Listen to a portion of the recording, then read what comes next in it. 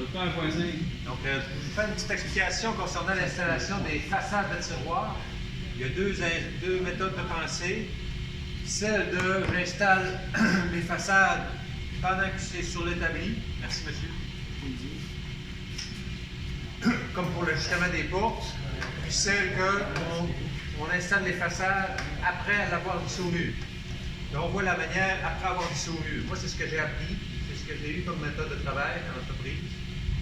La raison est simple, c'est qu'une fois que c'est vissé au mur, ben, ça change l'espacement de chacune des portes et des façades. Parfois, ça peut être corrigeable là, avec des cales à l'arrière du mur pour retrouver le bon espacement. Mais là, ici, c'est l'inverse. On fixe au mur, on met ça le plus au niveau possible, puis après ça, on fixe les façades. Puis les portes. Fait que là, première chose à faire, c'est d'ajuster nos deux portes en bas ici.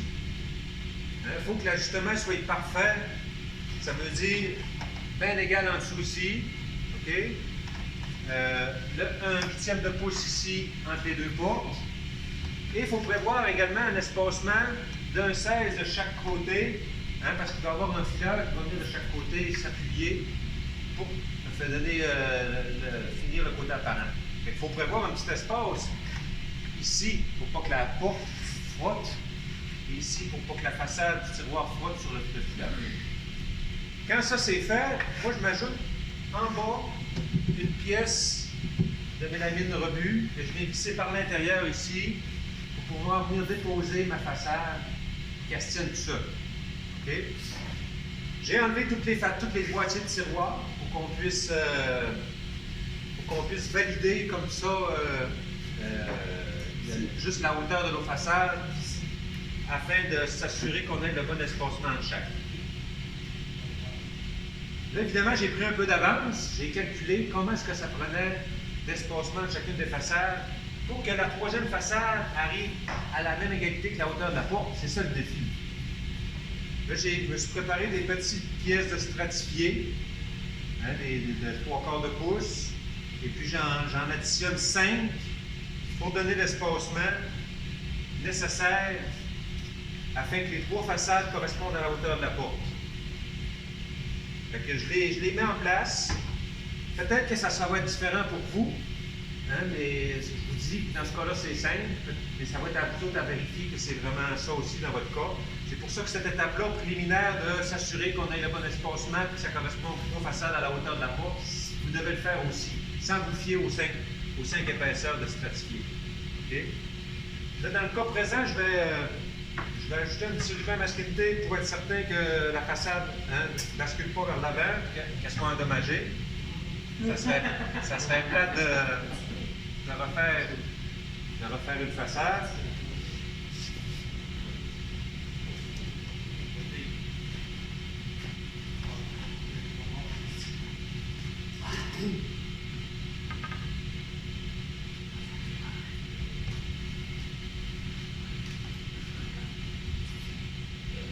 Ça confirme que j'ai la même hauteur avec 5 épaisseurs de stratifié entre chaque arrive exactement la même hauteur que la porte.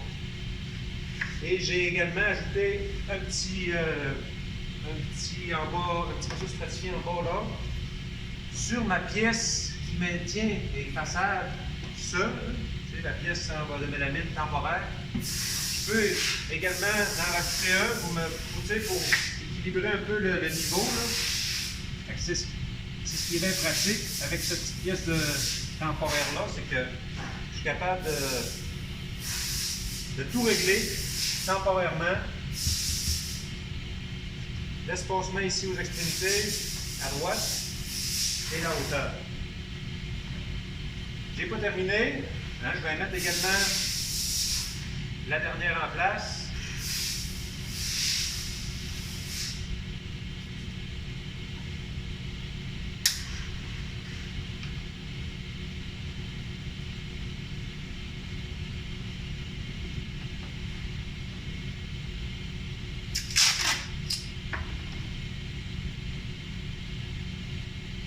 Et la façade de de 32 pouces.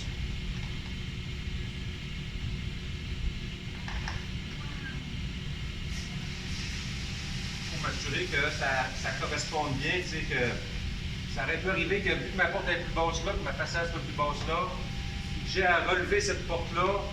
C'est encore le temps de tout ajuster, là, parce que tout est tributaire de mon ajustement de départ de ces deux portes-là.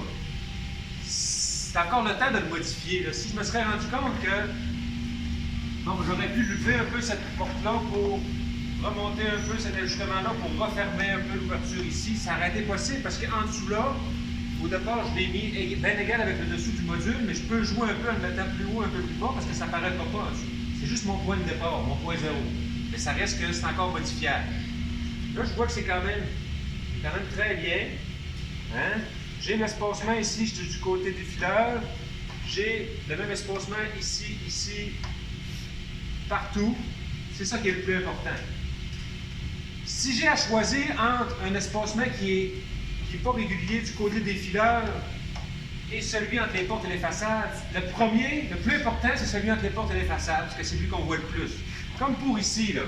Si j'ai un espacement qui n'est pas trop régulier, ici aux extrémités, c'est moins grave que ces deux espacements-là. Demandez-moi pas pourquoi, c'est des règles hein, de fonctionnement de l'œil humain.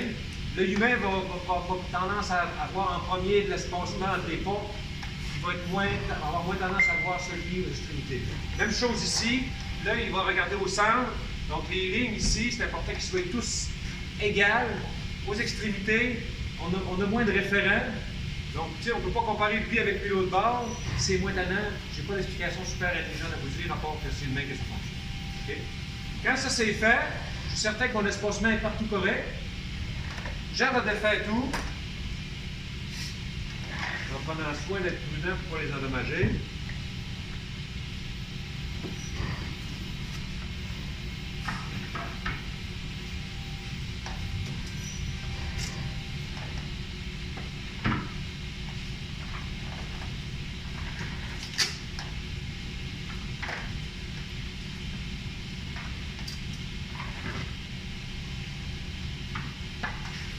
Mon premier tiroir.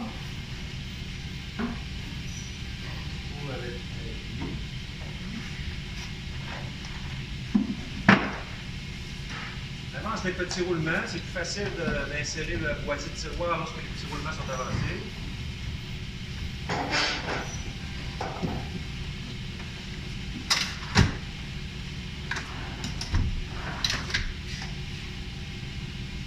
Que les glissières sont vraiment à leur bonne position. Hein?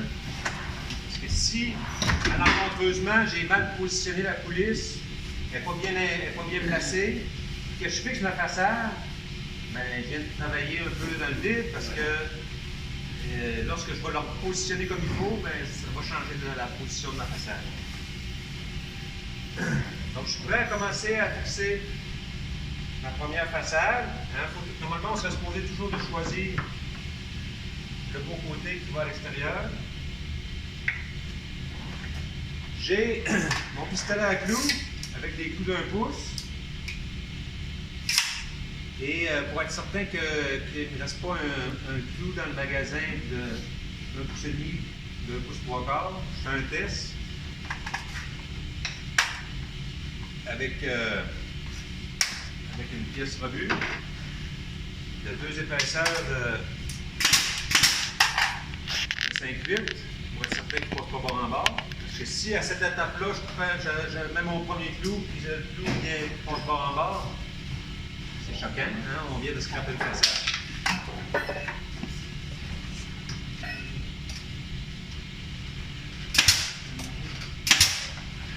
Deux petits clous, puis je continue. Je monte. On va même en mettre 4. Je vais essayer de limiter le nombre de trous parce que c'est M. Christopher et Alicia vont réinstaller. Ça fait que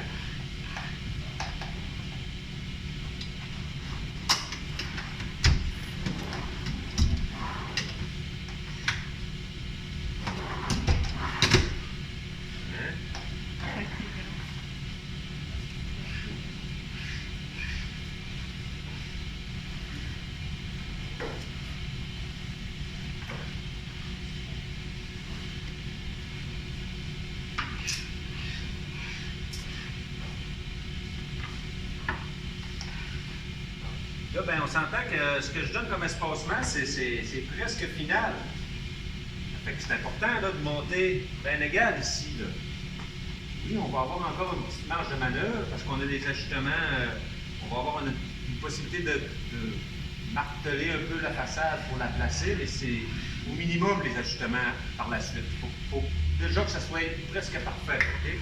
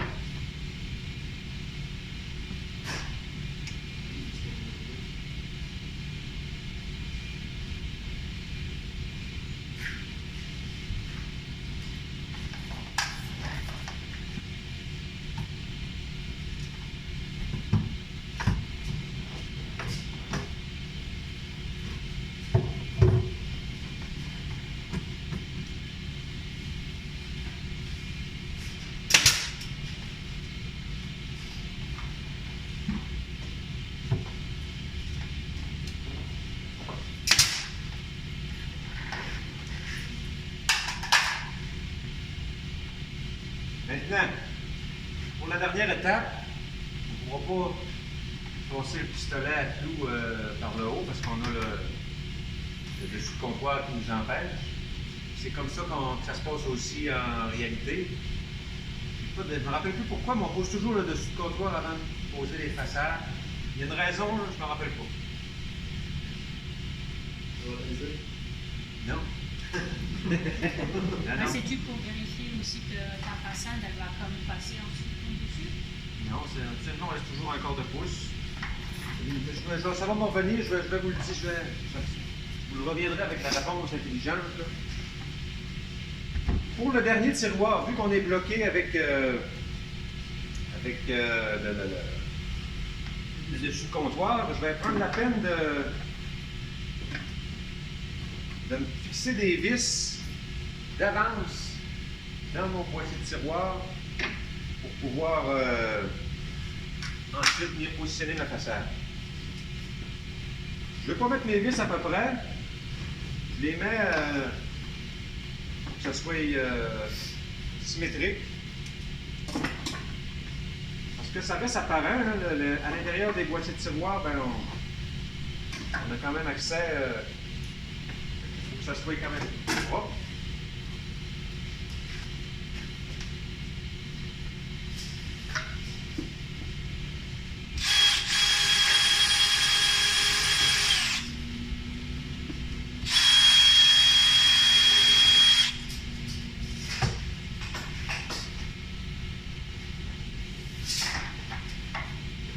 Avec des vis d'1 pouce et 1/8, tête bombée.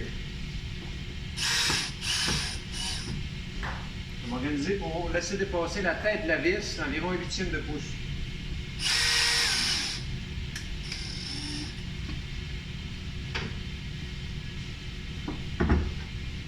J'ai pris la peine de mettre une pièce rebut sur le dessus de comptoir aussi.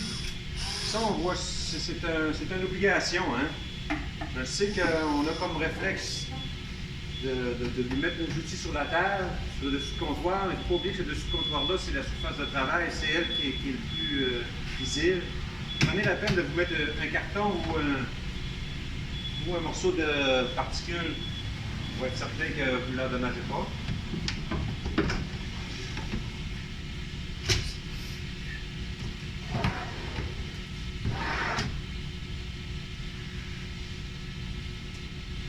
On va faire la même chose avec lui.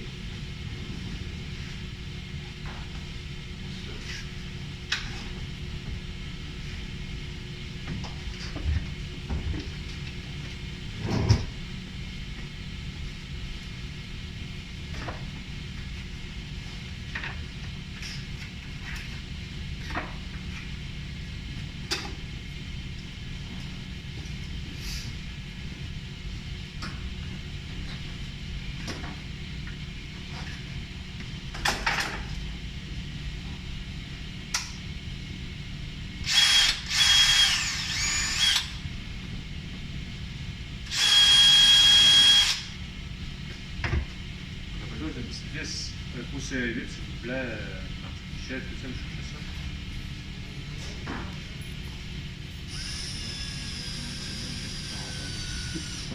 Un petit peu bon avec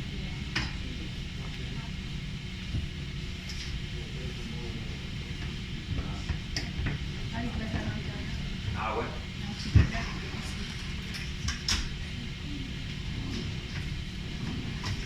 Merci beaucoup, M. Michel.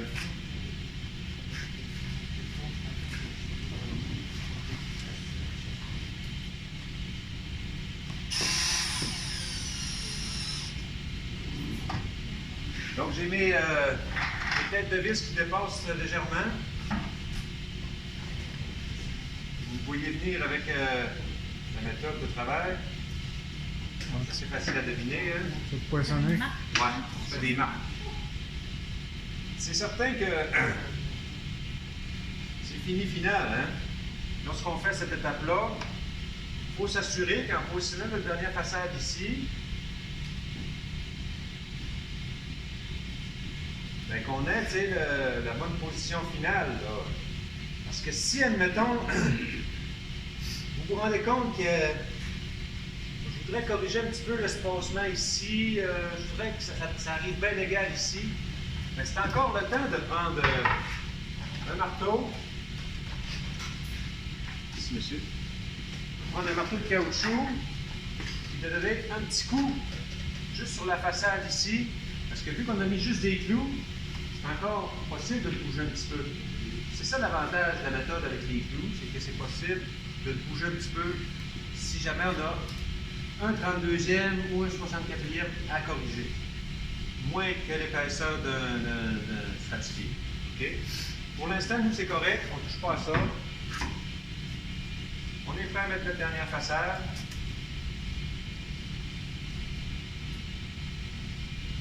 Je pense que j'ai pas assez fait sortir mes vis.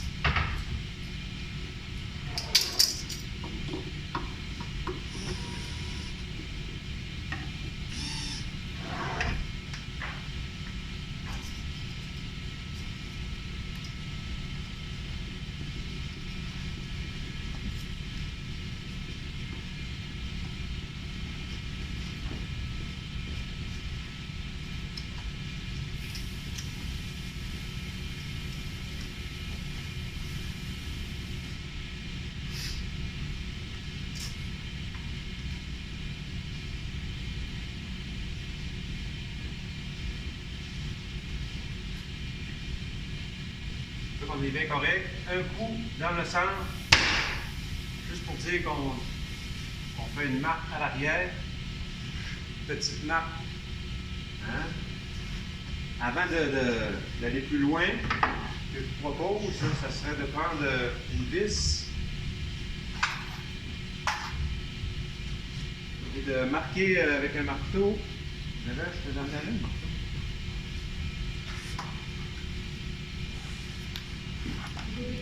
Là, il je vais regarder pour lui. Je vais retrouver ma marque poinçonnée. Je pourrais même, en prenant grande précaution, hein, de ne pas passer bord en bord.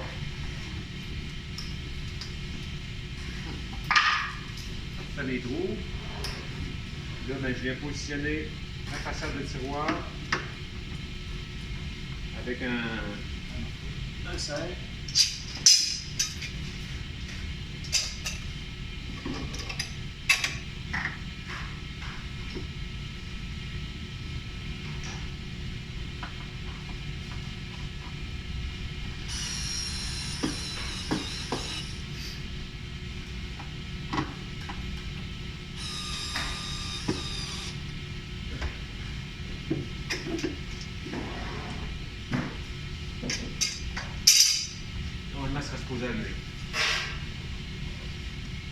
On a sur ce tiroir-là un petit peu d'ajustement parce que c'est un tiroir Movendo. Okay? Et avant de l'ajuster fini final, on va positionner notre dernière façade.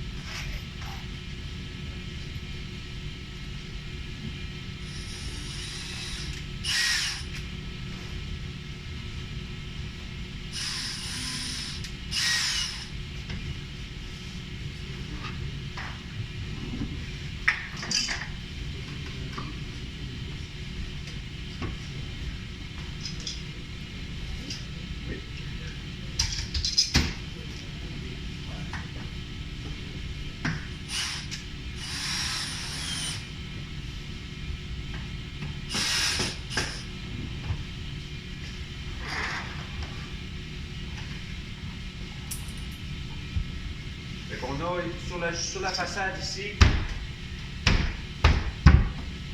on a un petit peu d'ajustement sur la partie en dessous ici, là. Ces petits quincailleries orange-là, les petites roulettes, on peut les rouler d'un bord ou de l'autre, ça change un peu la position gauche-droite du tiroir. À l'arrière ici, vous avez également des ajustements pour changer la hauteur de la façade. Si vous levez un peu l'arrière du tiroir, ça fait descendre un peu la façade, l'inverse aussi. Okay? On a également ici le même principe que je viens de vous dire, ça fait relever un petit peu la façade ou baisser un petit peu la façade. Fait qu'on a 3 ajustements possibles, c'est à vous à essayer. C'est évident que c'est pas des gros ajustements comme pour les portes. On a maximum 1/8 de pouce de jeu au total, là, à gauche et à droite, les deux ensemble.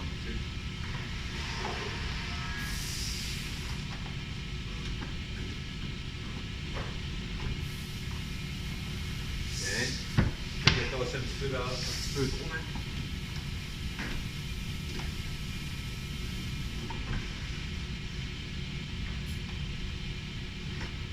Ça, c'est toute une amélioration, là.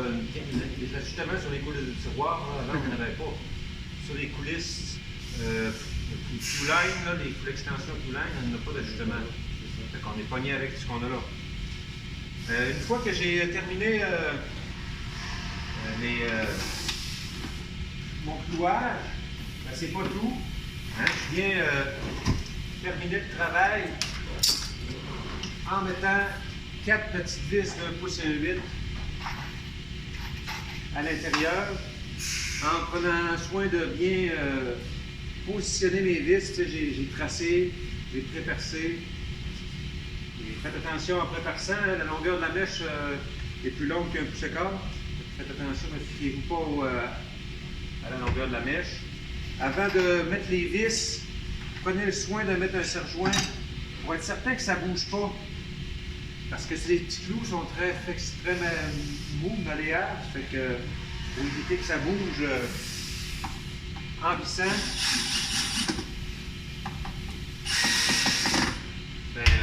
mettez un serre-joint d'avance, 4 petites vis.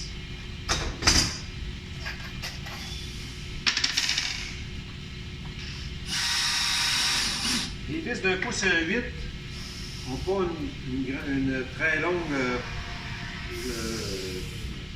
Pas très longue, ça fait que les filets qu'on se fabrique, là, si on continue à visser une fois que la tête est à côté, on brise tous les petits filets qu'on s'est fabriqués. En plus, c'est de la particule. Fait que aussitôt que la tête de la vis est à côté, pesez fort sur la drill pour aider la vis à rentrer. Une fois que la tête est à côté, arrêtez ça là. Parce que sinon, vous perdez la force de traction de la vis. OK? Vous faites ça pour les 2 autres tiroirs en dessous. Puis à la toute fin, vous allez enlever la pièce du bas qui servait juste de support temporaire.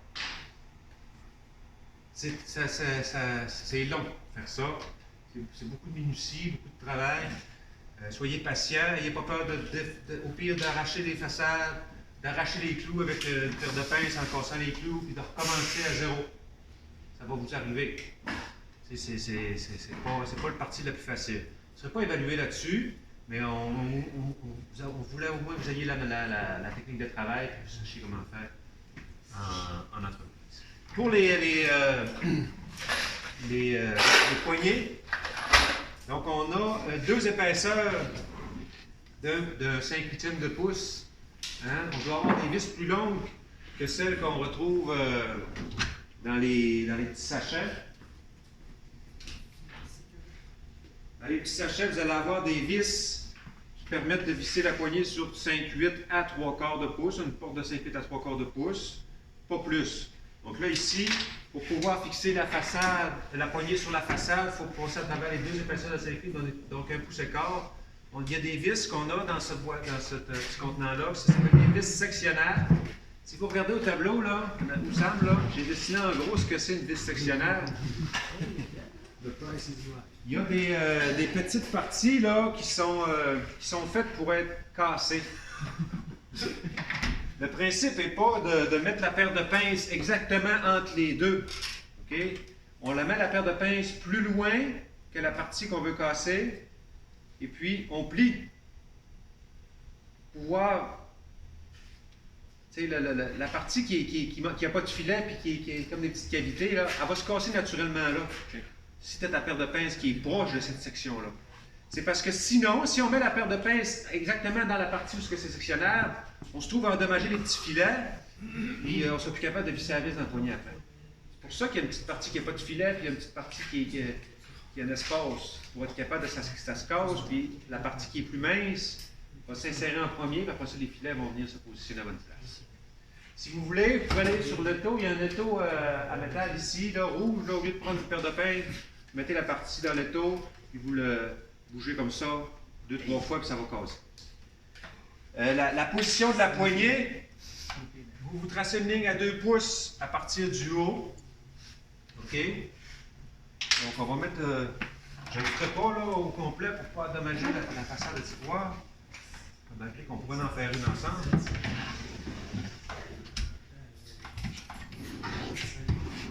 Et on va prendre la peine de se prendre un ruban masqué.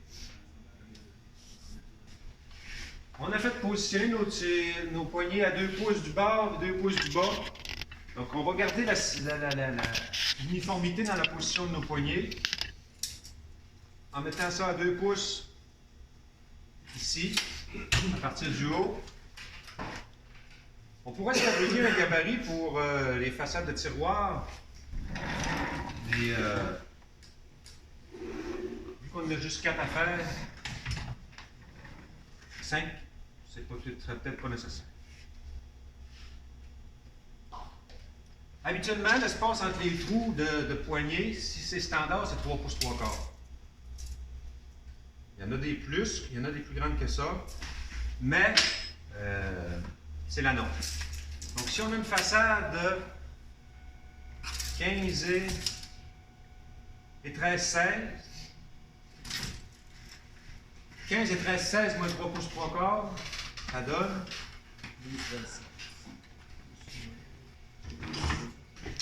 15 et 13/16 moins 3 pouces 3/4, 12 et 1/16, exact. 12 et 1/16. 12 et 1/16 divisé par 2, ça fait 6 et 1/32. On pourrait dire 6, parce que là, un 32e, on s'est toujours dit que ça, on arrondissait à 1/16e de pouce près. Donc là, j'ai 6 ici.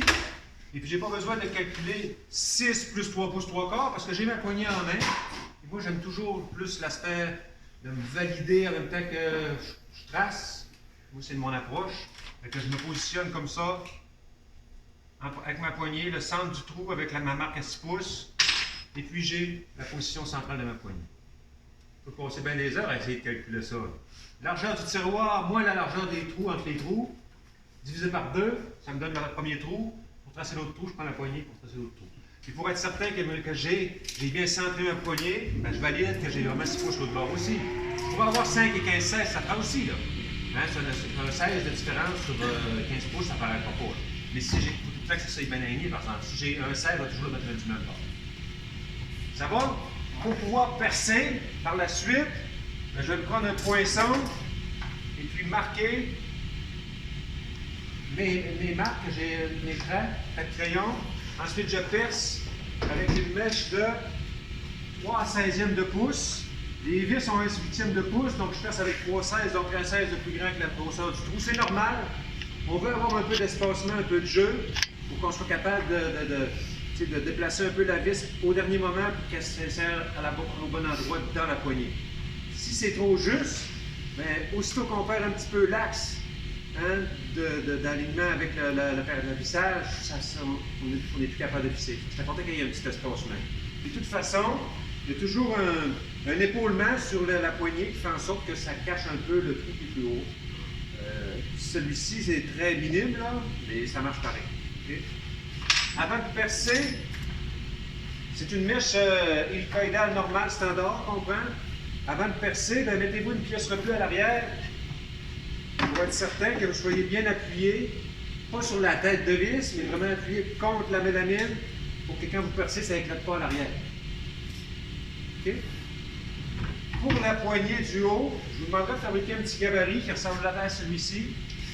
C'est une pièce de mélamine 5/8e de pouce que j'ai rajouté une pièce d'1 pouce ici, qui permet de venir s'appuyer sur le dessus d'un côté, puis qui est réversible, donc de l'autre côté aussi.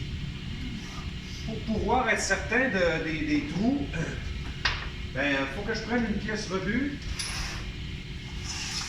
puis que je fasse un test d'installation de poignée sur une pièce rebut. Donc j'ai tracé 2 pouces à partir du bord, 2 pouces à partir du bout. Mon premier trou, mon deuxième trou, je vais percer.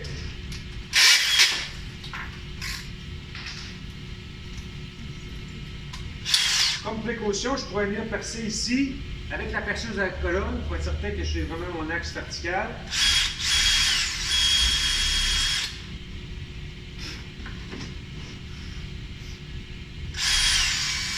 Évidemment, avant de commencer à percer, j'ai pris la peine de poinçonner l'emplacement de mes marques de crayon pour être certain que je suis au bon endroit.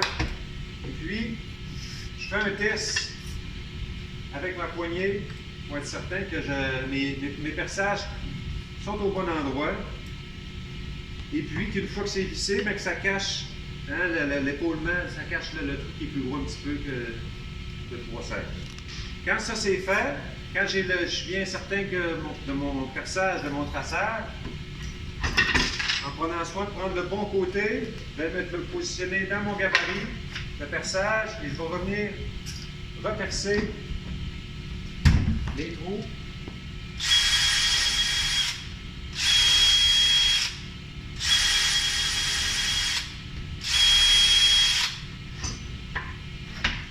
Pour arriver avec un gabarit qui est fonctionnel. Je l'ai éprouvé, je l'ai testé avec une poignée. Comme ça, je suis prêt, je suis certain que je n'aurai pas de mauvaise surprise, que ça va être le temps de venir percer les poignées. Et puis ici, c'est le même principe, c'est important de prendre une pièce rebut à l'arrière pour venir percer pour pas que ça éclate à l'arrière. Bon. Est-ce que ça vous va? Oui.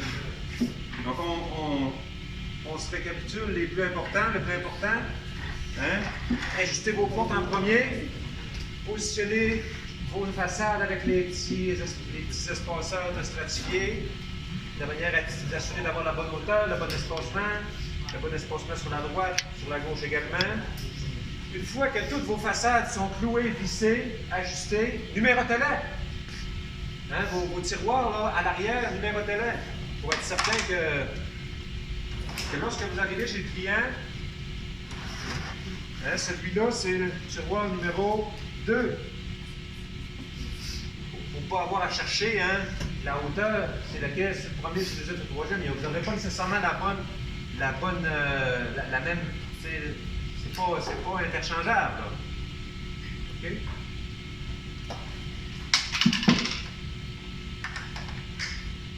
c'est les 2 portes qui sont ici qui font foi de tout. Hein. Ça fait que commencer par ajuster ces 2 portes-là pour être certain avant d'ajuster les façades. Les filets de chaque côté sont l'espacement qu'on a chaque base, c'est moins important que l'espacement qu'on a entre toutes les façades de tiroir, toutes les portes. C'est vraiment l'espacement entre les portes qui doit être priorisé. OK? Et puis, les poignées, tiroir, n'oubliez pas qu'on a des vis sectionnelles. Donc, vois-tu? Oui. Question? Essayez d'y aller à tour de rôle, hein, que ce ne soit pas toute la même personne qui installe les façades. Donc, 2 chacun, au moins. Vous pratiquez, vous faites tous ensemble, au moins qu'il y en ait un qui lit, puis pendant que l'autre, il va aider. Ça va? Merci. Merci. Merci.